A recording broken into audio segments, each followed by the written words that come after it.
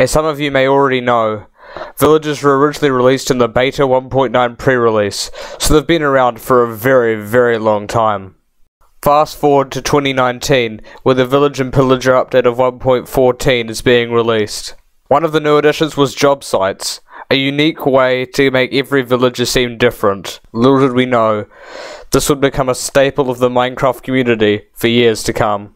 Fast forward to today, and you've probably seen one of these, a villager trading hall, maybe on an SMP or a friend's world that you visited. This became a very unethical way to get trades fast and efficiently. Now, let's zoom in on these blocks here, the fletching tables. I recently did a short video on the fletching table, as I believed it was the most powerful block in Minecraft, and also the most underrated block in Minecraft, might I add. Then, after recording, that's when it struck me. What if some of the other villagers were as mysterious and as powerful as the Fletcher villager? I mean, it's definitely possible, and I also needed content, so I guess that's why I'm making this video. So yeah, I guess I'm doing this now, and I'm really not bothered logging out of Movavi, so please watch this video.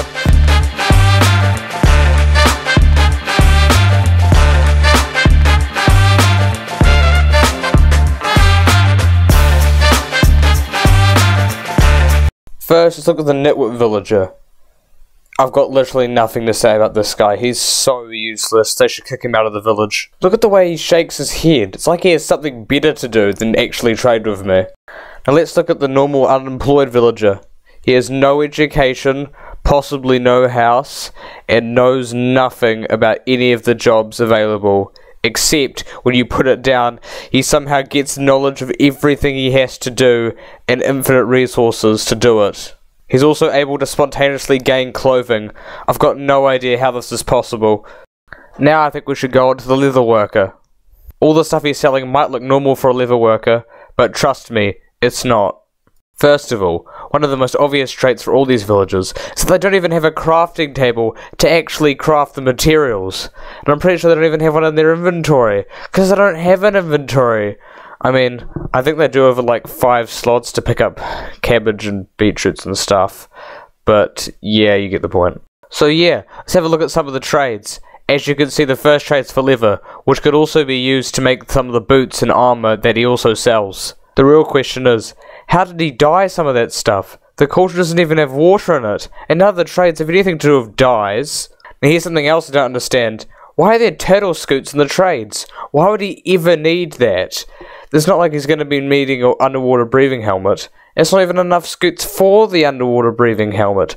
Why? Why would he need that? And honestly, I'd also be quite interested to know, how did he get that saddle? He couldn't craft it. Did he have to go find it in a dungeon chest or something?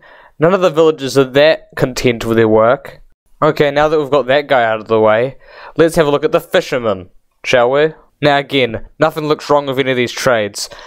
Definitely not until you look more closely. Now first of all, I'm sure you've realised by this point that the fisherman should probably sell fish. We were right about that. But one thing the fisherman never does is fish. You can never ever see a fisherman villager, or really any other villager, actually doing their job to get the resources. Like, how is he supposed to get all that fish without actually fishing? Fishing! Another thing I noticed is that this guy buys boats, which is all well and good if you're going to actually use the boat. Villagers don't use boats. They don't even have arms to move it properly. Another problem I have with lots of these villagers is that they sell enchanted items. How are they supposed to actually enchant them? Does a barrel just become an enchantment table if a villager uses it? This is some real sketchy stuff going on. Okay, now that we've got him over with, let's head on to the cleric, the next villager in this long list. Okay, now I don't have that much to say about this villager, because I don't really understand what the cleric village is supposed to do. It's got quite random trades, so I'm not sure what it actually needs and what it doesn't need. Or what a cleric actually is in real life, so I might have to pass on this one. Of course, the obvious answer would be to look it up, but I'm really not bothered doing that, and you'll have to bear with me on some of these. Okay, now I guess we're on to the armourer villager. Well, once again we come to the first obvious flaw. How are they supposed to craft this? And also, where did they get the materials for this? There can't have been players before you came there just getting stuff for you. Alas, there are still some more things about this guy I need to understand, like why in the world does he need a lava bucket?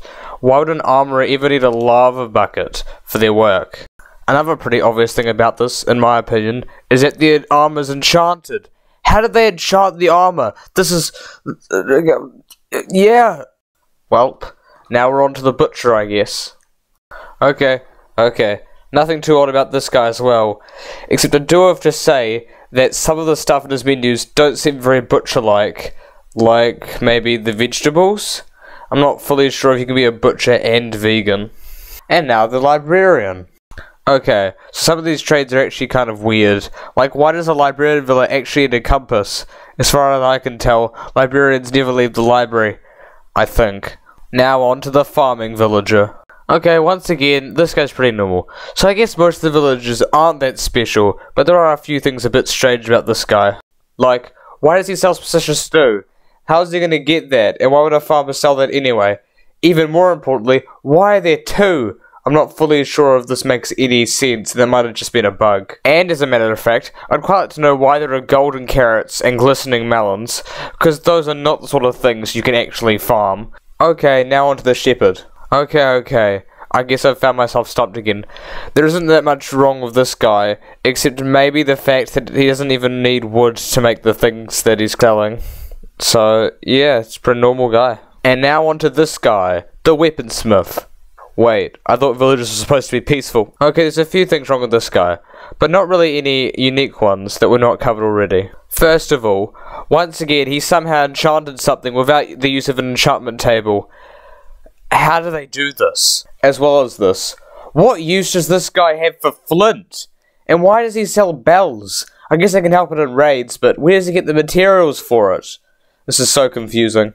Now we're on to the toolsmith. And to be honest, I think this guy's quite a lot just like the weaponsmith, so I won't talk about him. Okay, now on to the mason. Well, this is taking longer than I thought. Well, I think the most obvious thing here is that he's using a stone cutter to cut terracotta.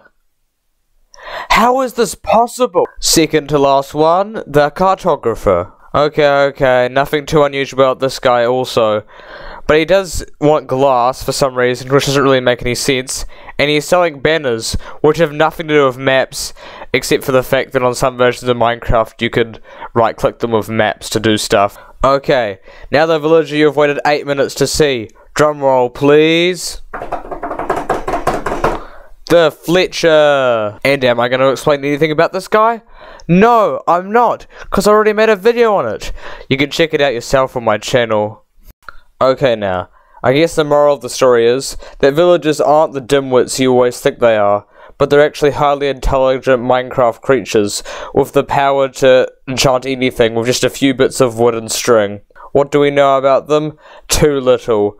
What should we know about them? Far more. Maybe I'll continue researching this topic, maybe I won't. I've got no idea, but I guess I'm closing off this video with the argument. Villagers are the most powerful mob in Minecraft.